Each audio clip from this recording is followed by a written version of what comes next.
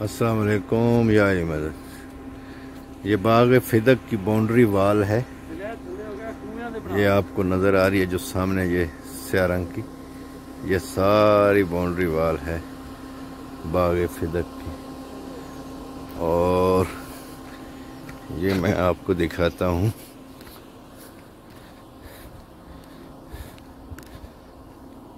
एक ये कुआं है, अभी कुएं भर गए हैं, और एक वो कुआं है जिनसे सैराब किया जाता था बाग फिदक को। ये सामने जो आपको जली हुई खजूरें नज़र आ रही हैं, ये बाग फिदक की सब खजूरें हैं। वो सामने भी आपको बाउंड्री वाल ही नज़र आ रही होगी, ऊंची ऊंची वो जो जा रही है, ये सामने ये सब बाउंड्री वाल है। वो आगे तक इस तरफ इधर ये सारा बाग फिदक है।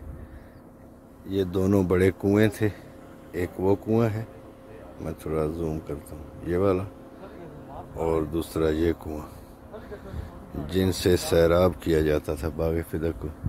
ये ऊपर अल हायत अल फिदक शहर है, ये बाउंड्री वाल है।